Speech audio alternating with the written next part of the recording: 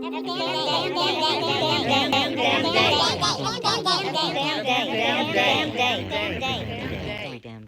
damn day. Hello, everyone. It's Jerry at the Fledge, and welcome to another episode of Every Damn Day. And today we've got our new friend, Dr. Fred, on the show, and we're going to be talking about voice and communication and podcasting and transformational coaching and all kinds of things. I'm excited to talk to you, Dr. Fred. It sounds great. I'm looking forward to it. Let's get it on. Let's go. All right, so let's start out. I read in your bio like 40 years of international psychiatry. Is that what it said? Well, I was really born to be a communicator. And back 64 years ago, I was born to a family in disarray and chaos. My two brothers were there, 10 and 14 years old. And then there was my mom and dad, and they were just waiting for me to bring joy and communication to a household that had been somehow, decimated, have two teenage boys, young parents. And I proceeded to just be that guy and be really enchanted with communication. As time went on, I eventually went the regular route of going through school, learning how to communicate or pretending to learn how to communicate and learning how to be a master in communication. And as I went through junior high, that wasn't going to be the place. And I went to high school, that wasn't going to be the place. So I decided to go to college. And from there, even college wasn't the place. So I dropped out of college and went to California to find myself. That's what they were doing back in the day. And I found a little bit of myself, didn't have a job, and came back home, tried college again. And again, it just was the opposite of communication was going on in college. So my mom got me a job as a child care worker in a state mental health facility for adolescents. And there I finally got communication. Like I was finally communicating with these children who really weren't just children. They were human beings, 6 years younger than me. And through communication, I was now being paid and I had a job and I was learning how to communicate. So the thing I hated was how psychiatry was treating these kids. And I decided that I would go back to school for the sole reason of bringing communication and connection into psychiatry. So I went back 13 more years to become a psychiatrist, and it worked. Mm-hmm. I graduated. And so that was in 1980. So I like to say that, 42 years of mental health work started as a child care worker on January 5th, 1980 up until now. Nice. I love that backstory. Let's dive into when you were working with the kids. I think, today, if we saw a graph of medication for kids, it would be skyrocketing from the 80s to today. Were you seeing it back then? Oh, that was the whole point. What I hated about psychiatry is that if Timmy was up too late or Johnny and Jimmy had gotten in a fight, we would call the psychiatrist. He would show up, and have an interview with Jimmy for 3 seconds and then have an interview with us for like 7 seconds and then go to the nursing station with his weapon that looked a lot like this, actually, just like that. That was a weapon. And he would put his writing into the chart, and then we'd have to go find Jimmy and hold him down while we jammed him full of injectable sedatives. And if Jimmy was, in a stupor for 12 or 24 hours, we had to call that a success. So there was medication still being used to shut kids down. But these days, in 1987, while I was in medical school, Prozac was introduced to the world. And Prozac had as much impact as any of the present challenges that are going on in the world now. It really did change the world drastically. For the next 12 years, Prozac was the number one drug prescribed by all specialties around the world, week after week, like the number one drug by all specialties, because it was thought to be the drug that, decreased discomfort. And all of a sudden we were talking about biological psychiatry, or we were talking about chemical imbalances as if you were uncomfortable, it was your fault. And there was something like there's something wrong with you. And we've later learned, and I think I knew it at the time, that being uncomfortable sometimes is the absolute proper thing to be. Like there's some spaces in the world, if you haven't noticed these days, where being uncomfortable better be the way that you are. I mean, this is very uncomfortable. But back in the day, from there, all the other medications got created on the heels of Prozac. First Zoloft and Paxil, and then all the new anti-anxieties and all the mood stabilizers and all the, new diagnosis came out of the sky. And all of a sudden we had like 40 or 50 new diagnoses, and we had medications on medications, and none of them really actually work effectively. So what would happen is they'd either propagate the symptoms that were marketed to treat, or they'd sometimes cause those symptoms, or certainly sometimes cause other symptoms that we would call side effects. And all of a sudden we're chasing down side effects with new medicines, and everybody's being medicated with the idea that there's something wrong with them. But the truth is, there's nothing wrong with any of us, Jerry. That's how I feel too. There's I nothing agree wrong with with you any one of 100%. us, period. I've always looked at the drugs that people get as like a drug that makes you not feel fire. So now you can stick your hand on the stove and not feel that discomfort, but it just created a mess of your hand. That's a really good way to look at it. Yeah. And so then we don't really treat what's really going on. What real pain is there? Well, we treat it. We pour alcohol on it, or we take drugs, or we get abusive, or we get abused. That's kind of how I look at it. This is why I'm so excited to talk to you. That's a really great analogy. Another one I like to use is, if you have a mosquito bite on your elbow and you think there's something wrong with you, and you go to a mosquito bite specialist and he tells you that he's got the answer, he's got the cure, it's only going to hurt for a minute, but he's going to cut off your arm at the shoulder and then check on the elbow in 2 weeks. And we come back and we look at that mosquito bite on the elbow, and sure enough, that mosquito bite on the elbow, it's gone. It is. Yeah. And you're like, you got the cure for your mosquito bite. All good. And you drive home using the only arm you have left. And you're pretty sure that you found the perfect doctor to take care of mosquito bites on the elbow. And that's the kind of impact that these things are having. That's it's not the drug's fault, Jerry. Let's face it. Yeah. It's a great business model. And it's like drugs, these medications are inert substances put into plastic, and it's not the medication's fault. It's not the doctor's fault. It's not the insurance fault. It's definitely not the patient's fault. The system is built on a ton of beliefs that propagates, that perpetuates itself. And if you can create a system for which the product actually perpetuates its own use, then you have a really seriously awesome business model. And you might create an industry that has multi-billion-dollar per day profits. Oh, turns out we did do that, didn't we? So that really works. And that's all this is. And people line up at those pharmacies every single morning to make sure they're the first one in, so they don't run out of their pills. And the whole world is that way. Now there's good news here, but in truth, the system is amazing. Do you look at capitalism and how we try to make capitalism or privatize almost everything? Is that one of our mistakes? Is that something that we need? How do you look at that? Yeah, well, there's I'm like today, for instance, I'm on a couple of different conversations today about, some very cool companies at conscious capitalism, where capitalism itself isn't evil at all. The idea is if you put it in the right direction, like many things, if you put it in the right direction, you use it effectively and use it for proper advancing and progress, then capitalism isn't the problem either. I mean, what we're really looking at, this idea of privatizing things, what we're really looking at is people are very interested in relinquishing responsibility of their life in areas where they otherwise feel shameful, or they feel regret, or they feel pain, or they, maybe they're inadvertently or even intentionally hurting another person.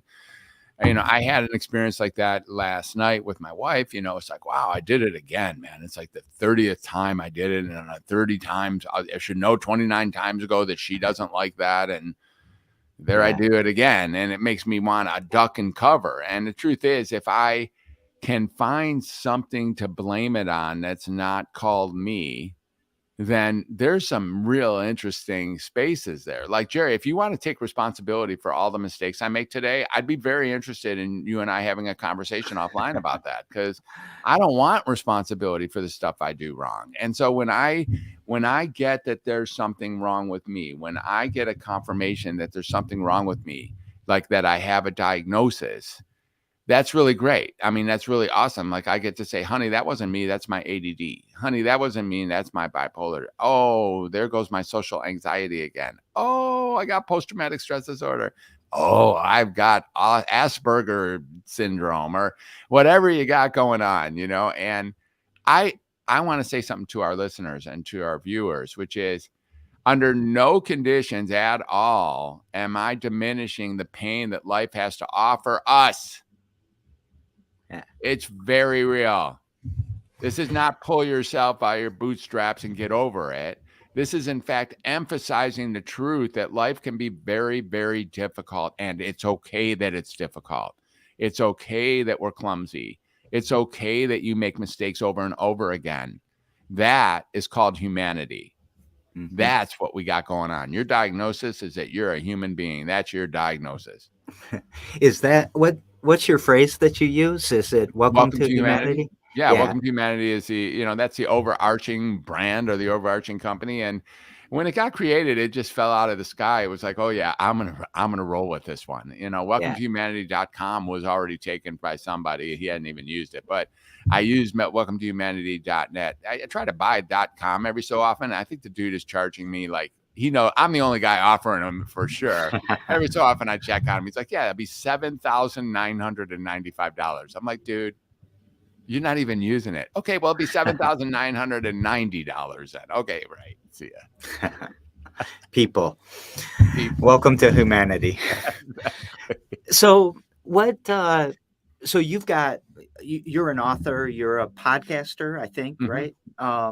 And you're a transformational coach. I want to talk about that word transformational for a Sure. second. Well, here's the thing. You can hear, based on the backstory, that when I got into psychiatry and finally got spat out, there I was as a psychopharmacologist by nature.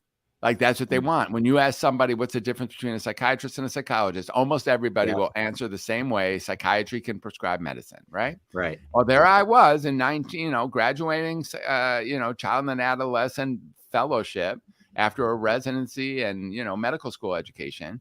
And now I was becoming a psychopharmacology expert, like international expert. And I did that for a number of years, actually. I wrote over 100,000 prescriptions during those years. And that's amazing because I actually went in the field so I wouldn't have to write any prescriptions ever. And there I was 100,000 prescriptions later, with each one making my heart soar, each one, making my soul sacrifice. Finally, in about 2006, I had enough, and I was like, I'm going to start doing some stuff. And I took my more low risk patients and took them off their medicines, and I knew that they would get better, and they did. And then then their diagnosis disappeared, and that was amazing. And I was like, wow, the medicines might be perpetuating the diagnosis, so let me try this some more. And each time I did it, the same thing happened. These people got better, way better, and then their diagnosis disappeared. And it was like very cool to find that. And so over the last 15 years, 16 years, really been kind of adjusting myself, like, where can I bring communication and connection at the heart of all healing? Because we all know that the primary prerequisite for healing is human connection. You've already mentioned that a little bit, but that's just the truth. I mean, what people, once you're connected with someone, once two people actually connect like we're doing today, there's a resonance that happens that brings healing to the space immediately. Healing that is far more impactful than anything that any laboratory-based powder can create. And when I started doing that, it became clear that I had some, I guess, unique, not many of my colleagues were backing out at the same level. And then I started to see that, it's not like I'm fighting the medicines. It's not like I'm fighting the doctors. It's that people really just want to be heard, and more than anything.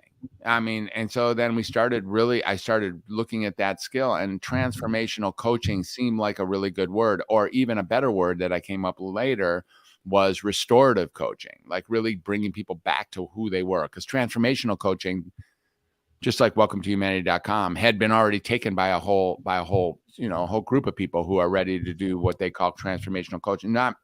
They're great transformational coaches, well-trained transformational coaches, an amazing group of people. So I was doing restorative coaching, bringing people back from their psychiatric diagnosis and really allowing people to re-optimize their life in areas that they had already given up on. And that seemed like a good word. And then later on, I picked up another name not so long ago called the undoctor. And the undoctor is someone who undiagnoses and then unmedicates and then undoctrinates people, moving them out of the medical field and moving them into their friends and colleagues and, and really making a difference and re-empowering people.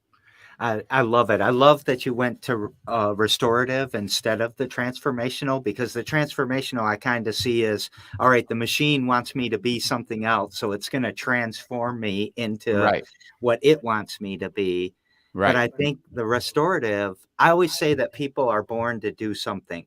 They have Exactly. a passion, and maybe it's multiple things, but they get knocked off tilt throughout their life. They've got an aggressive masculine father who no son of mine's going to be an artist, or Right. Exactly. things like this, and then they get knocked off tilt. And then we put a bunch of obstacles in their way to restore it, whether that's medication or debt or Right. family responsibilities, and to try to, I always say, recalibrate. I'm going to go back. I'm going to go to restorative, if you don't mind me Yeah. using your By all phrasing. means. Yep. But we're always trying to recalibrate people, but there's so many obstacles in the way. And how do you quit your job that supports your family to be a starving artist, right? Yeah, this is really an interesting point there.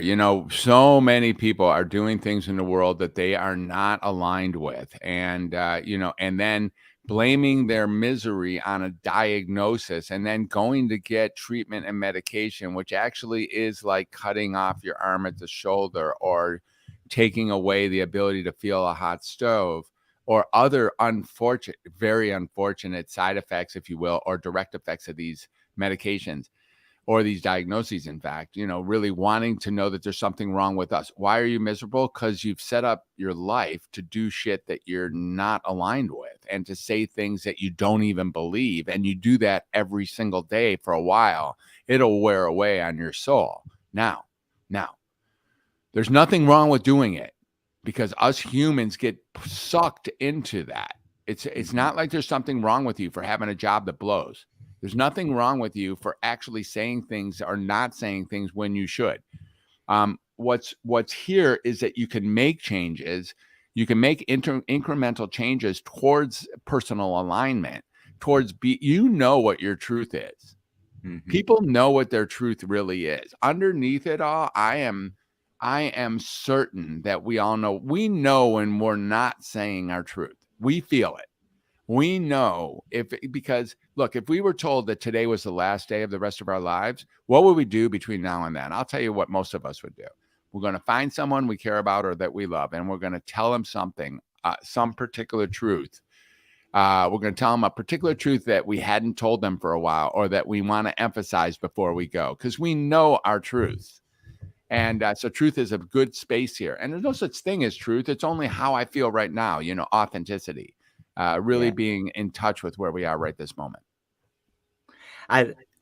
So no such thing as truth. I knew I was going to be vibing with you. I always say everything's true, therefore everything's false, because it's all relative. So at one point, the earth was flat from everybody's perspective, and now it's not. And maybe it will be again. Yeah, maybe it will be again. It's interesting. I'm not a flat earther. You dig into that argument, it at least raises an eyebrow when you start looking at the support for the flat earth model. It's like, I see how you got there. Thank you for showing me, it's like really interesting. And it's true, you can know enough to know that you don't know anything, or, you can know that the truth is that you absolutely don't have a clue what the truth is. And, once you get to that, you're just floating around. But we need to have something to put, my wife calls it, pushing off the bottom of the pool. You need to have something to hang your hat on, something here, otherwise you got to start from somewhere. And so we pick our somewhat random spaces to start from as if we understand something to be true. And then we move from there. But there's no real, our limited self has no capacity to handle what is really true. That's for sure. So one more quick subject, because I'm so curious of what's in your mind here. Thinking of like Erickson and his stages of life and the late stages of life with all the regrets you have, and you're on that deathbed and you're like, I wish I would have done this, I wish Yeah. I wouldn't have done that. Do you ever talk to people about managing those regrets? That's the phrase I use. Yeah, managing the regrets. I think there's, when you start looking at, I think the sixth and seventh level of the Ericksonian model, the late stages, it might be seventh and eighth, I forget, but there's something about really cleaning up your past, the things that you've done for which you're feeling bad for now. If you start looking at where have you hurt someone, or where have you had a breach in your own integrity, or where have you now figured out that you caused damage, the courageous, wise soul goes back to those places and cleans it up. And in a way that is, that really I don't know, restores themselves. Like, like you can go back into the areas of life where you regret and talk to the people that you hurt, or talk to the people that you cheated on, or talk to the people that um, shirked one of your responsibilities or many responsibilities. And upon doing that, the human nature, when you're authentic, when you're bringing that true, wonderful, heartfelt, tender underbelly of yourself to another person, to announce your your ownership, your apology, and your willingness to clean things up. You can do that with you. People can do that, and it'll be received if it's done in an aligned, in an aligned and authentic, genuine way. I hope I'm answering your Yeah. question. I think that's It, true. you are. Um, Thinking of it from where I'm at today and the regrets I have now, but also the regrets I want to prevent. So when I am 90, or I hope I get to 90 or whatever. Yeah, let's get through today first, Jerry. Yeah. We'll talk about 90 when you get there. Yeah, it's so hard to stay in the moment sometimes, isn't it? So, well, speaking of the moment, it's you said your .net website. What was it again? Let me put Welcome to that out there. humanity.net is that website. Yeah. Humanity.net. If people go there, what can they find? What can Well, they? that's one of the places. I am building another space. You can find me on social media. I don't like social media much, but we're really building another circle community, and that's really where I'm really excited about my future. So that's true.voice or true-voice.circle.so, true-voice.circle.so. And that is being built out. That's in its early phases right now. This week, it's going through some major accelerations. And what we can find is a group of people, who are committed to speaking truth and then listening authentically to each other and practicing that, because the world needs that more than anything. The biggest threat in the world today isn't what we think it is. It's not a virus. It's not global warming. It's not racism. It's not even sex trafficking. Frankly, it's not even war. The biggest threat in the world today is that we're giving up on our voice, is that we're either having it taken away from us in some very unfortunate cases around the world we know about, or we're giving up on it and choosing either not to say anything or to say things we're not agreeing with. Now, the reason why I call that the biggest threat is because if we're going to take on any of these other monstrous, monumental, cataclysmic human threats, it's going to take our voice to get that done.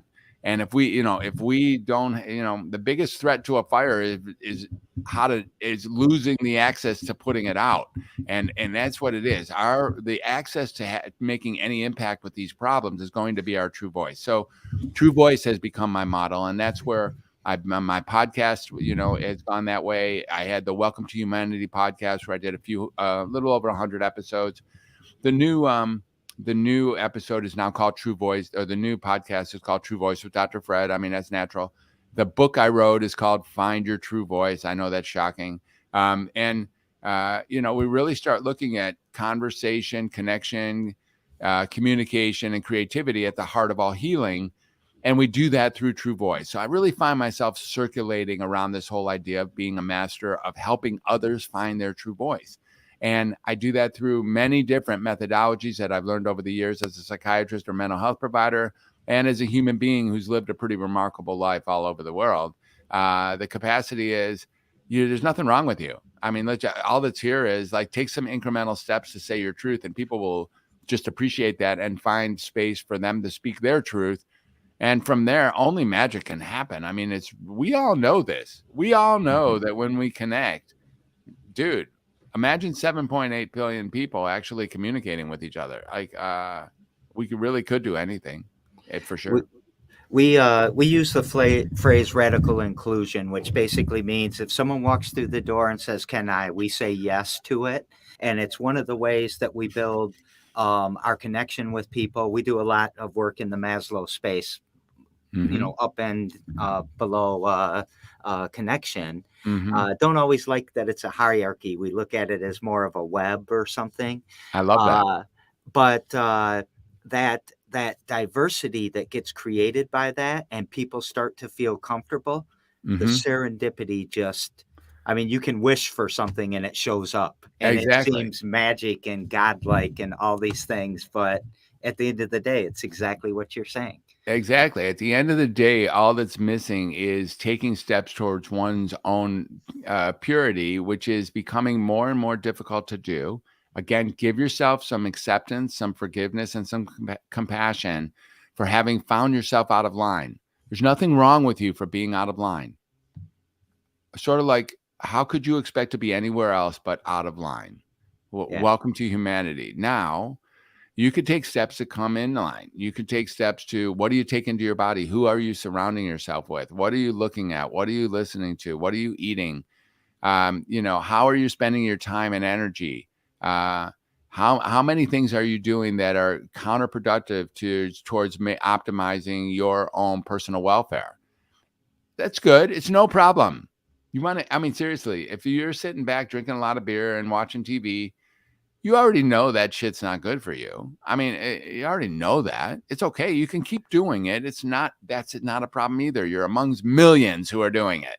Mm-hmm. But if you really want a life that matters, if you really want to leave this planet being heard, and I like to think that in the end, each and every one of us just wants to be heard for what's so.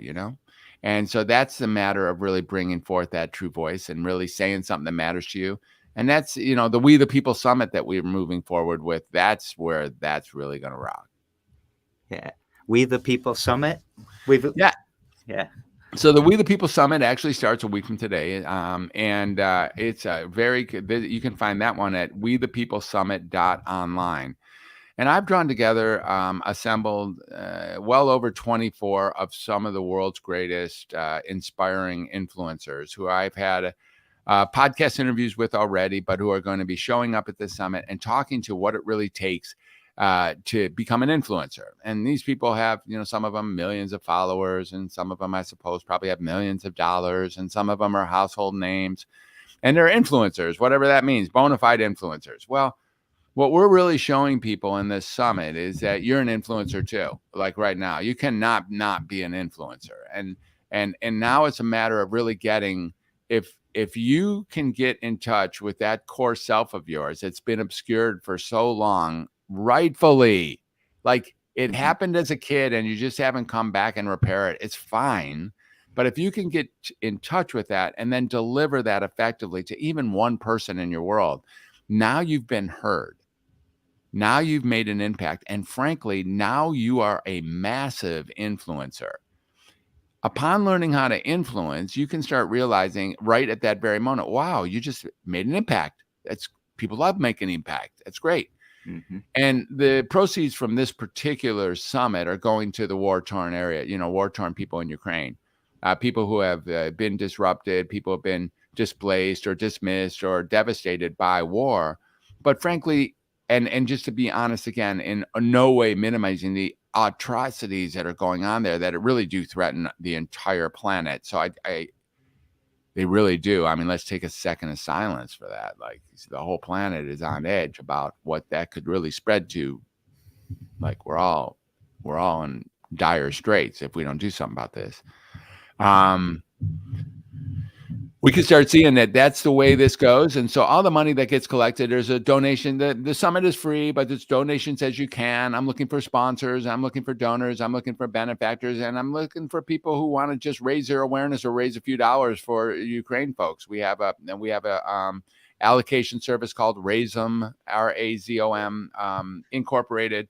The GoFundMe goes through them. We're now looking to go no profit with this. And I'm looking to adjust my podcast so that it becomes part of this over the next several weeks and maybe ongoingly. The idea being interviewing people like you, perhaps, and really just drawing forth a challenge to, during our hour together, raise a certain amount of money or have a silent auction for a piece of art. My wife is 100% Ukrainian, and she's a major artist and is friends with all sorts of big time international artists. So we might do that. I have some high-level musician friends that I hang out with, some high-level healers that I hang out with. I am really lucky. I'm elbow to elbow with some world-class players these days, and it's kind of fun to be kicking it around with them. And I just have it that we're here for such a temporary basis, and if we have access to making a dent in this crazy world, then we probably should do it, or really just try to make a bona fide effort to leave an impact here.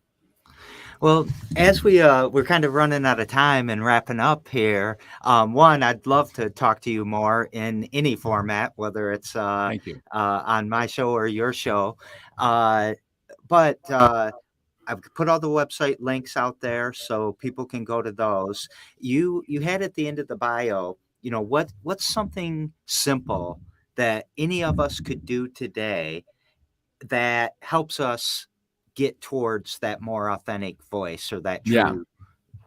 Well, really ask yourself, which truth are you withholding? Which truth, and to who? Is it to your partner? Is it to your kids? Is it to your friend? Is it to yourself? Like, which truth are you really withholding? And it's tiring. Like, for 19 years, I wrote medicines that just sucked. And for me, and it's still, even for the years after that, I continue to write. Now, I don't write anymore. I'm finally out of that. But what truth are you holding that you are actually either lying about or saying the opposite of what you know?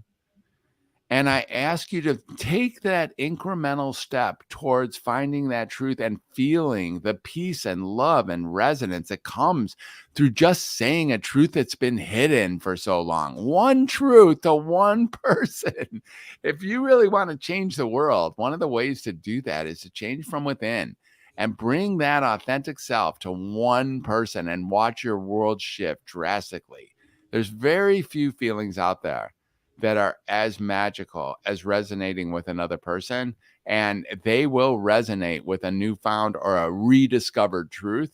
I think that's the one thing I would ask people to do, is just go find, what it is. You know what it is. Now, come on, you do know what it is, and just step into that one. Do we really know that it is going to feel good, though? Well, that's a really good point. I think it's been withheld for some reason, probably because of fear or probably because of a past-based experience. And no, I don't think we know that, or we wouldn't have been hiding it. Now, sort of like jumping into the deep end. And do we know that it's going to be, do we know it's going to be okay? Well, in some ways we do. There's, 12 or 20 feet of water there. You're going to be fine. It's just water. But we get to the top of that diving board and we little trepidatious. So I invite you to take one that's safe. If it's with your spouse or if it's with a friend, just set the stage right. And we don't know that it's going to feel good, but I promise you that when you bring truth forward, it'll have value that you didn't expect. Yeah, it is like that diving board, jumping off that high board, scary as hell. Yeah. But when you do it, you're relieved, you're exhilarated. You've got a story you can tell now of the time you did it. Yeah. Yeah. It's a good thing.